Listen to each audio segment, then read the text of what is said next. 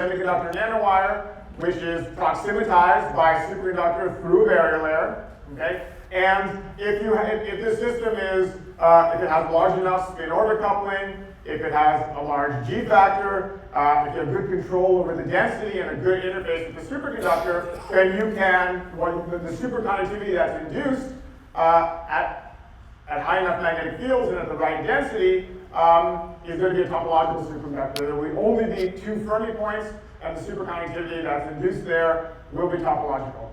Okay? And large enough spin-orbit coupling, large enough G factor, and so on, these are all particular quantitative requirements. Okay?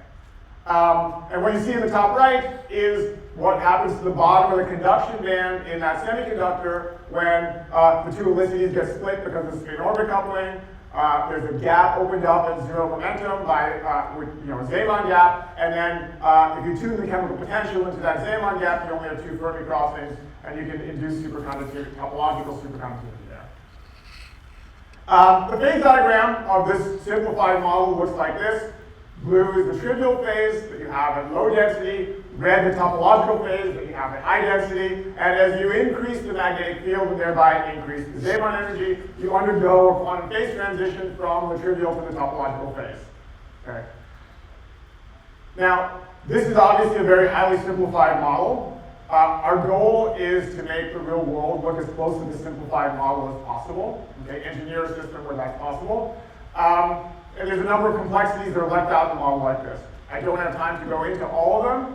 I'm going to focus on one of them here, which I think is the hardest and most fundamental, and that's disorder. Okay? In the presence of disorder, the phase diagram actually changes quite a bit. That topological phase fractures. This is a simulated phase diagram in the presence of disorder, and so the disorder reduces the topological phase. So our goal here is to make sure disorder is low enough that that doesn't happen, or it doesn't happen too badly. The types of disorder and the amount of disorder that you have to deal with depends on how exactly you fabricate your semiconductor nanowires. Our approach here is based on a 2-DEG, in fact, an indium arsenide quantum well, and our nanowires are gate-defined nanowires. They're not what are called VLS nanowires, which are kind of vertically zoned wires. They're not etched nanowires. These are gate-defined nanowires. What you see here is a cross-section of one of our devices. Okay? You can see kind of at the heart of it is an indium arsenide quantum well. There's a barrier layer above that, a top barrier, which is indium aluminum arsenide. And then you can see there's a aluminum strip on top of that. Roughly 60 nanometer wide, or at least less than 100 nanometer wide, a few nanometers thick, and the length of it is the length of the wire. Okay. And then you can see there's also some gates there. There's a dielectric and some gates. The purpose of the gates is to deplete the 2-DEG, except potentially underneath the aluminum. Okay. Now, as I said, we really want these devices to be clean. Now, how clean? What we really need is the localization length in this device, which is a measure of the scattering. It's comparable, or it's a multiple of the mean free path. You need the localization length to be long, and long compared to the ideal clean system coherence length. So you want the scattering length to be longer than the size of your Cooper pairs, basically. Okay. So that starts out with having, of course, we need to have a very high quality indium arsenide quantum well. And since this is a quantum well that's not very far beneath the surface, this is a quantum well that's pretty close to the surface, since we're ultimately going to induce superconductivity via the proximity effect, that brings special challenges because quantum wells close to the surface, of course, are more sensitive to surface effects, which include particularly the dielectric and the dielectric semiconductor interface.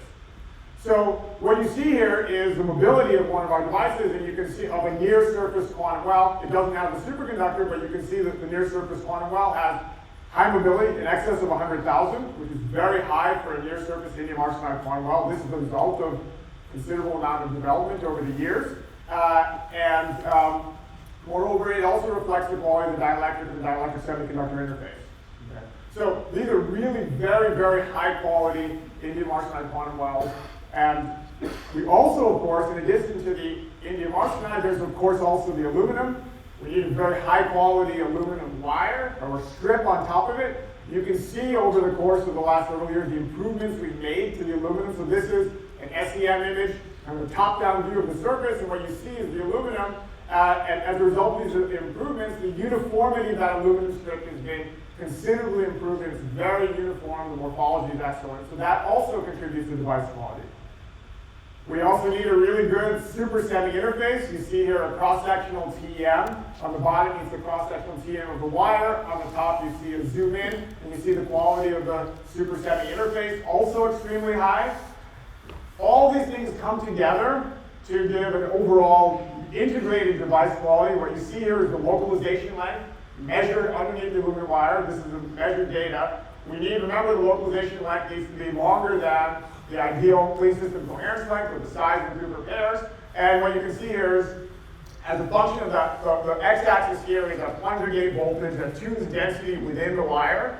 And as within the lowest subband, so above the full depletion point, but before the transition into the second subband, where you can see the localization like dips there because of you're turning on inter-subband scattering. But in the lowest subband, we have localization lengths in excess of a micron. Okay, so this is a direct measure of just how clean this device is. But it's a very, very clean device with localization lengths longer than micron, which is longer than what we believe the clean system ideal coherence length is. Okay, so these are pretty clean devices. Okay, and that means that we believe that we're going to be able to find a topological phase here. You know, we worked hard to get to devices that are very clean before going on to building more complex devices. The way in which we identify the topological phase is the following. We have this protocol, the topological gap protocol. It's a very stringent protocol, and it solves the following problem, which is, look, our devices are very clean, but there obviously is disorder here. And so when you want to be able to tune a device and know is it clean enough and where roughly is the topological phase, because it's a very big phase diagram. You know, the magnetic field varies over a large range. The gate voltage varies over a large range, which controls the density. So you have to find the topological phase. And we want to find it by first seeing a transition from a low field. It's got to be a phase transition if you're looking for a new phase. So there should be a phase transition from a low field phase to a high field phase. Okay? And there should be a gap closing when that occurs. Also, that new phase should have stable zero bias peaks because it's characterized by ion and zero modes, and so there need to be stable zero bias peaks. The challenge is, of course, other effects like disorder can give you zero bias peaks, and they can be pretty stable, right? And similarly, disorder can give you gap closings, or even in some cases, level crossings near zero energy. So there are other effects that can give you something like that. So you need some criterion for stability. So just to zoom in and remind you, like these are the zero bias peak and gap closing that we see in, this is measured data on a device. So you might ask yourself, okay, well, how stable does it have to be? So how stable does a zero bias peak have to be? How stable or how extended in phase space should a gap closing be for me to be certain that it's due to a phase transition and a new phase and not just a disorder effect? And the answer is there isn't one. Like, you can't be 100% certain from the transport data. You can only be statistically likely that, or it can be statistically unlikely that it's one of those things. Because there could be some disorder configuration, you could just be really unlucky. There might be some disorder configuration that gives you a really stable zero bias peak. That can happen. Or some voltage configuration. You could have some unlucky disorder configuration that gives you a pretty long, extended gap closing in phase space. But those things are really unlikely. And by simulating devices, okay, that take into account disorder, take into account a lot of the complexities of real devices, you can estimate just how unlikely that is. So there's some statistical criteria that if a zero bias peak is stable enough, and the gap closing is extended enough, and you have all the right signatures, then you're really unlikely to be seeing something that's just part of the background due to disorder. And that's what the topological gap protocol is. And out of data like this, what it produces is phase diagrams like this. This is a phase diagram from actually associated to the device whose data I showed you on the top. And again, red is topological phase, blue is the trivial phase, but there's an intensity, and the intensity tells you how large the gap is. More intense, darker reds, the larger gap, and more in the topological phase, and the darker blue, the more intense blue is larger gap in what's imputed to trivial phase. Now, you can see that the region is still pretty irregular. I mean, there's disorder in the system, but it's not that small. You can see that it extends over a Tesla-like magnetic field, so it's not a tiny region, although the shape is irregular. It's a pretty hard protocol to pass, actually. So if you look, we just look at our statistics on this, in the early days, sort of the early material stack, the Gen 1 material stack, you can see that out of roughly 70 wires that we measured this type, 18 of them passed. Okay, so most of them didn't pass. Over time, that got better, okay, in Gen 2, and then more recently, that's got even better. So as the devices have gotten better, the likelihood that we take one of these experimental devices from the same family and measure them has increased. Okay.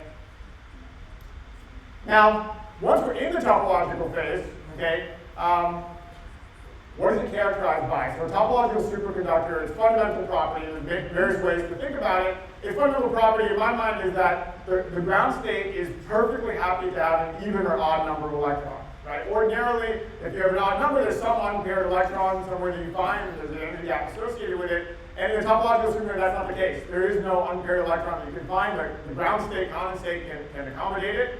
And it does so between Majorana zero modes that are at the ends of the wire. Another way to think about it is that if you take a device like this and put it into an interference loop, that the resulting quantum interference device will have H over E periodicity precisely because of the ability to accommodate unpaired electrons, and that you have a single electron going around the loop. You have that possibility. Okay. Let's take that idea and put it into a framework for a readout system, okay, based on interferometry. So what I have here is a schematic in which you have a wire. A region of it is in the topological phase. There's trivial regions on the side, which for our purposes are going to end up being just trivial, fully gapped S-wave superconductor. There's a quantum dot, so that long oblong object that looks kind of like a hot dog, that's a quantum dot. And it's kind of funny shape, but it's a quantum dot. The reason it has that shape is because it's running parallel to the wire, and it's coupled to the wire by tunneling. So you can tunnel from the dot to the wire, okay, to either end of the topological segment of the wire. And as a result, there's an effective tunneling, which is the combination of tunneling to the right and to the left. Okay, an electron can tunnel from the dot to the wire to the left side and back. It can tunnel from the dot to the right side of the wire and back, or there's also a cross term because it can tunnel to the right side and come back from the left side, or vice versa. And that cross term is sensitive to the fermion parity, okay, of the dot wire system. So it's also sensitive to the flux because it's an interference effect. That sensitivity of the effective tunneling leads to a sensitivity of the energy levels. So there's an avoided crossing as you bring the energy of the dot through the energy of the wire. There's an avoided crossing. That avoided crossing, the size of the avoided crossing depends on the fermion parity. Okay? If we take two derivatives of the energy with respect to a gate voltage, so there's any gate that couples to that dot will have some kind of capacitance shift or quantum capacitance due to the coupling to the dot. That is in turn also sensitive to the parity. So you can see the red and blue curves here are showing how the parity depends on, how the capacitance depends on the parity, which is the strategy we use to read out parity. Okay, so that was very schematic. To make something like that that looks like that schematically, we have a bunch of gates on the device. You can see here, we take a look from an angled view, you can see the gates. So again, this is building on the work of our previous paper, of our PRB. It's gate-defined nanowires, so it's all the same elements we already discussed in the cross-section. I just want to highlight here, there's multiple gate layers, and we need multiple gate layers because we're depleting the 2-dead, we're tuning the density of the wire, we're defining the quantum dots, we've got plunger gates varying their density, and we've also got a bunch of junctions that we have to regulate. The device also enables both transport measurements and this capacitive measurement through the coupling of the quantum dot. Because we tune this device up, remember a section of it needs to be in the putative topological phase. That section we tune up using the topological gap protocol. Okay. If we take this device now, which we have optimized extensively through simulations, and we ask, what does the capacitance look like as a function of parameters such as flux? Well, you see here what the flux dependence looks like. And a couple observations. Number one, it's bimodal. Okay? There's both a blue and a pink curve here, and those correspond to the two parities. Let's say blue is even parity, the pink or red is odd parity. You see these curves look a little bit fuzzy. This is not experimental data, not yet. This is simulation. The kind of fuzziness there is because this simulation takes into account noise, it takes into account temperature, it takes into account some of the the effects that are there in real devices, okay, through quantum dynamics simulations. So it's bimodal, okay? The two curves, one associated with each parity. For each parity, it's H over E periodic, or sometimes called 4-pi periodicity, because it's a single electron going around the loop, okay? But if I look at the difference between these curves, the absolute value of the difference, that difference is 2-pi periodic. So the bimodality is 2-pi periodic, or maybe you could say the standard deviation, or kurtosis, is how we describe it in the paper, is 2-pi periodic. And very importantly, there's this shift here. Okay, when I look at the optimal point of optimal contrast between the low and high values of the capacitance, that's a large number. It's about a femtofarad. And that's due to having an optimized design, and that large number means that it's going to, it's a big effect. Okay.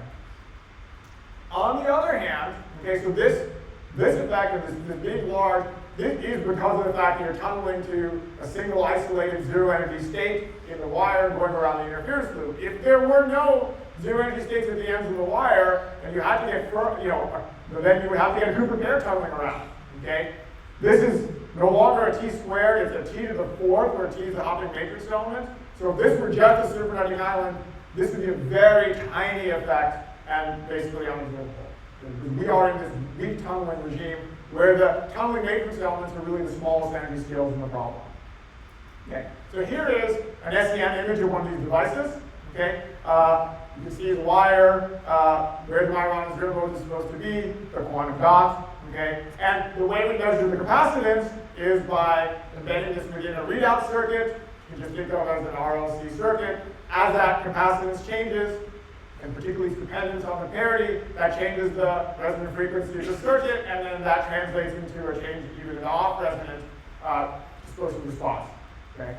So when we measure this, okay, if we're in the zero state, what you end up seeing is a capacitance value somewhere in this distribution.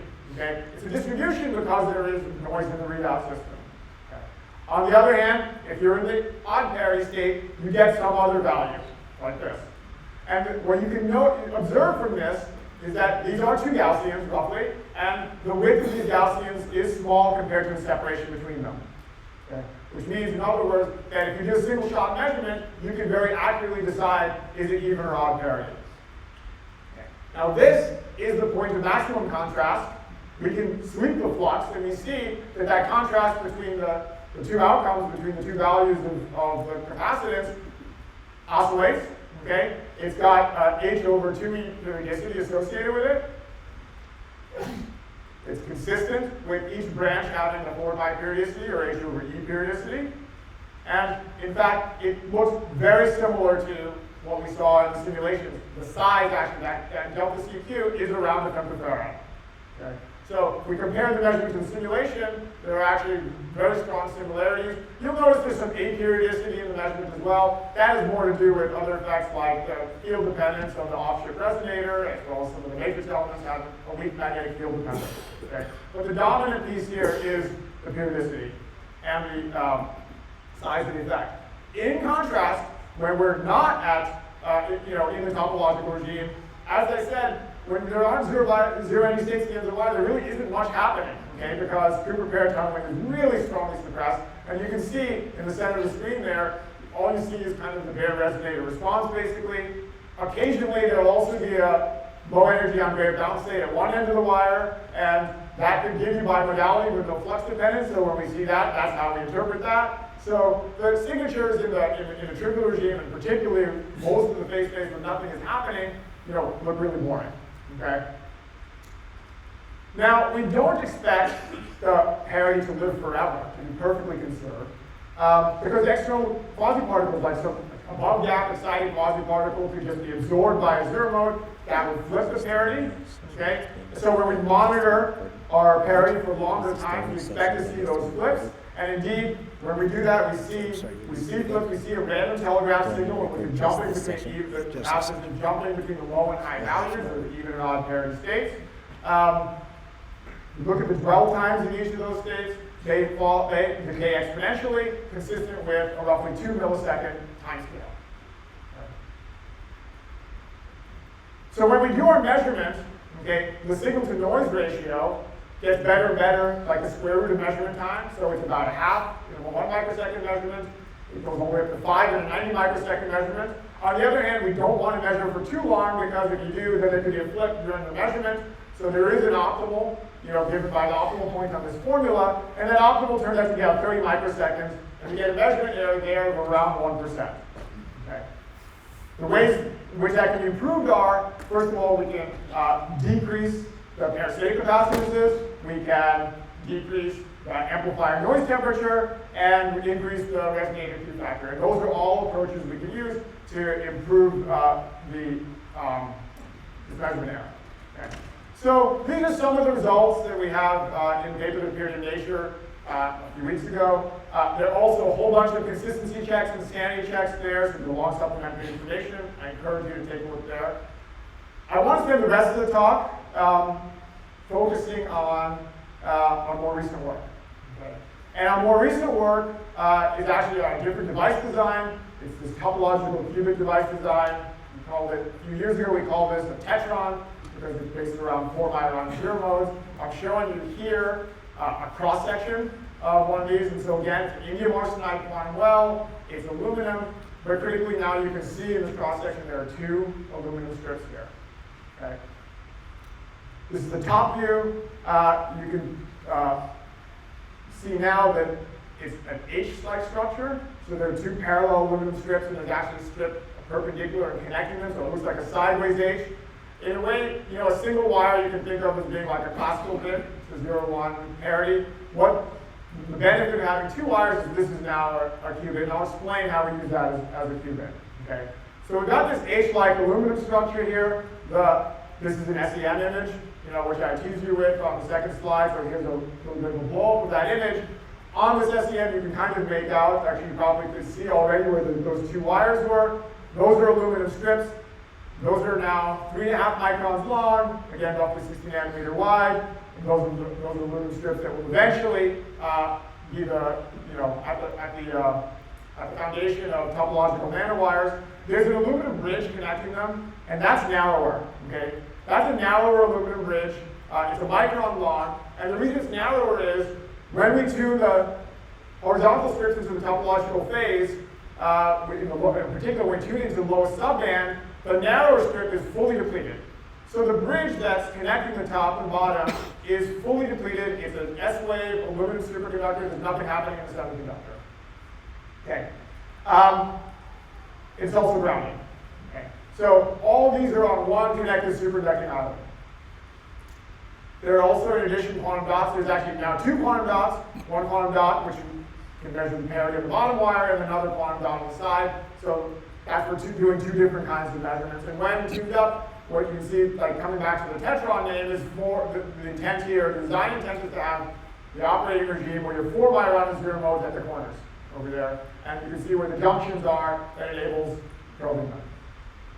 Okay.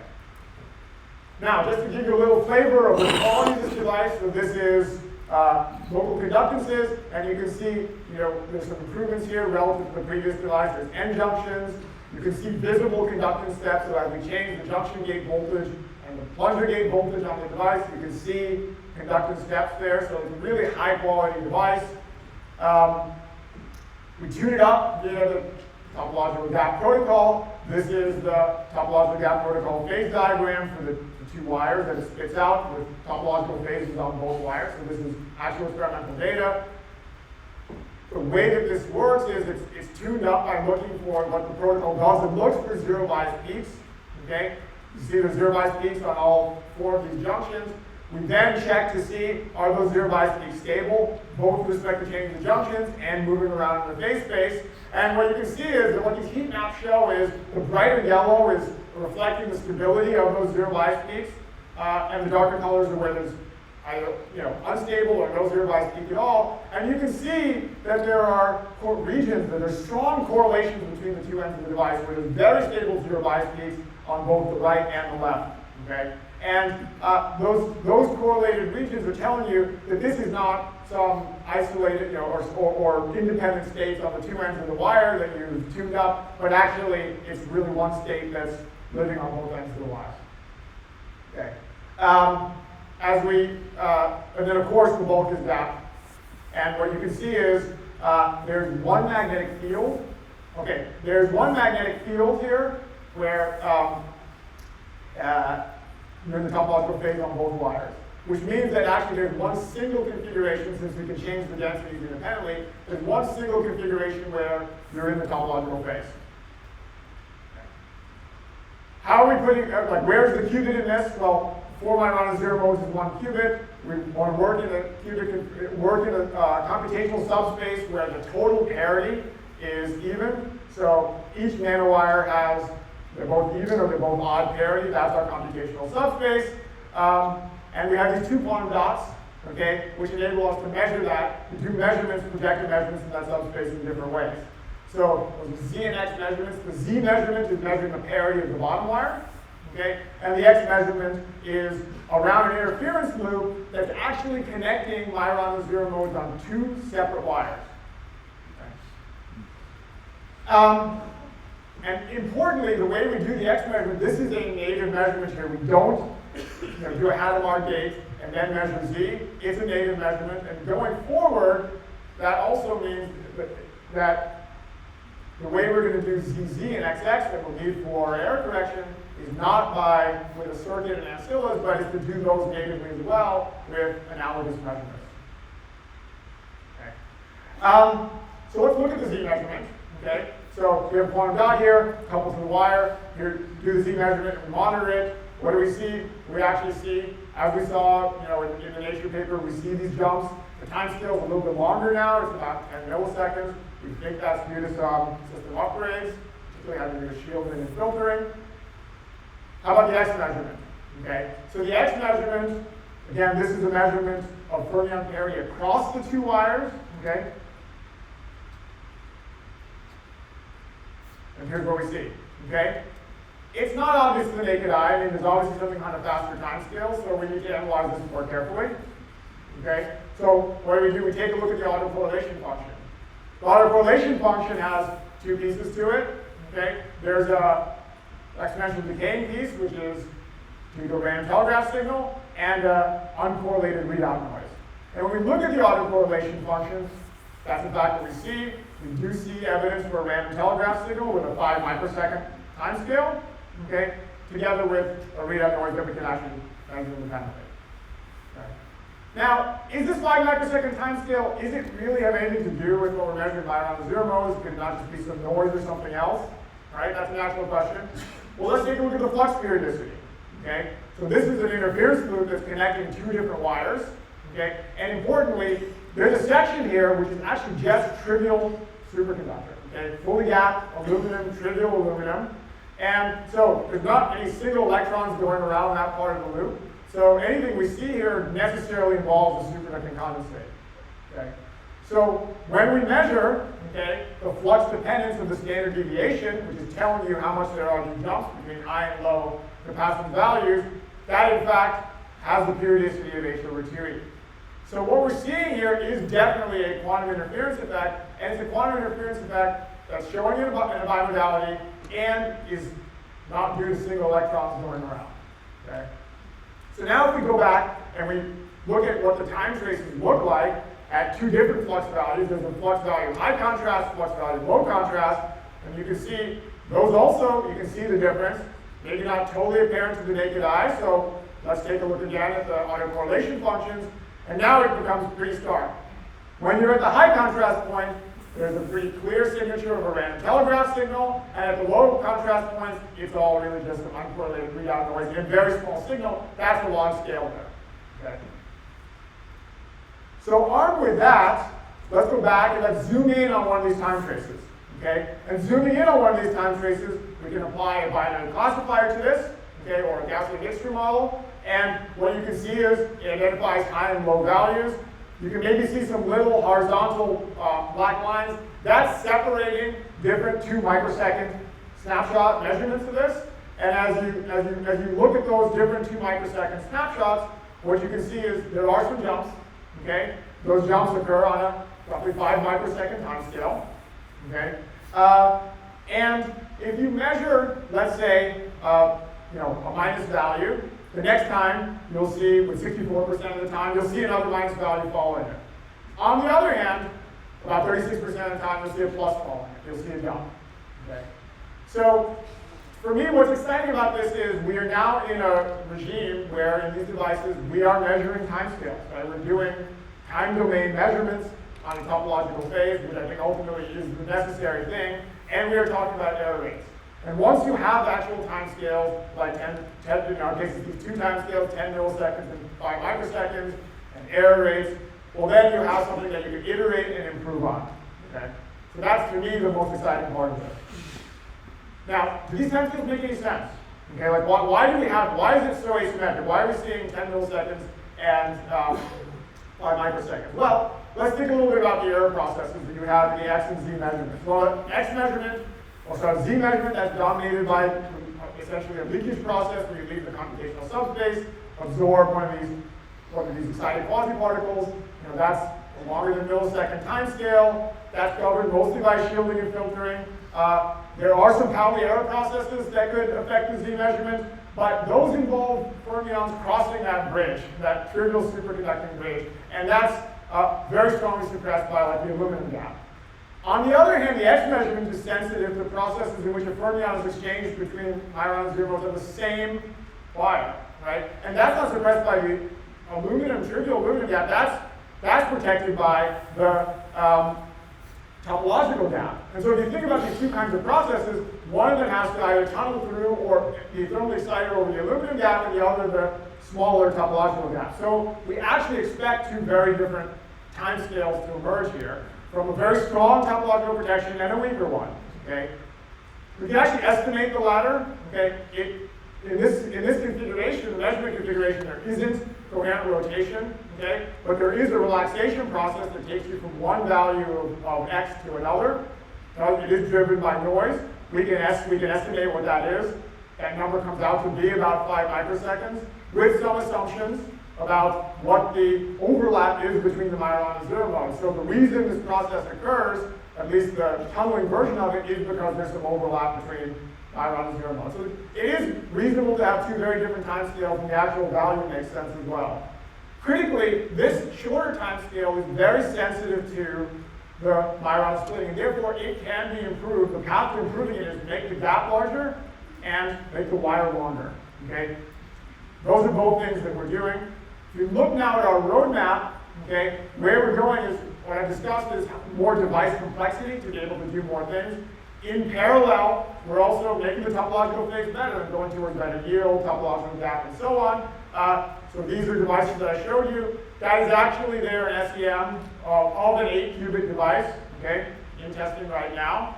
And then ultimately, as we go on, our roadmap has us both increasing the size of the topological gap, or suppressing that overlap, as well as making more complex devices. And so let me just close by mention that you can see there are a lot of people who contributed to this because of the many layers involved in this work, from growth and fabrication, design, testing, measurement, and so on. So with that, let me thank you very much. Apologies for going a few seconds over.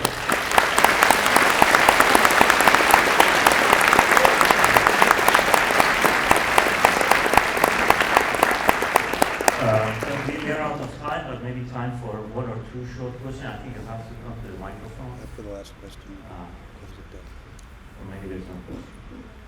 Okay.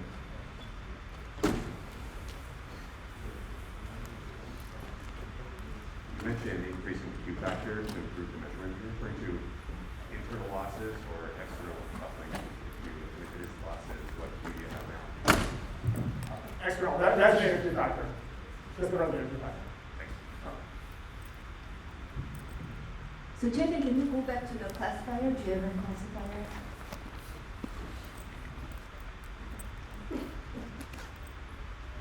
So here you are classifying with the Gaussian mixture number fixed to be 2. But if you choose a different number, you'll see something different.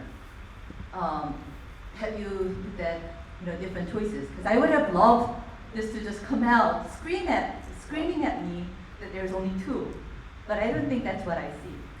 Yeah, good question. So I would say a couple things.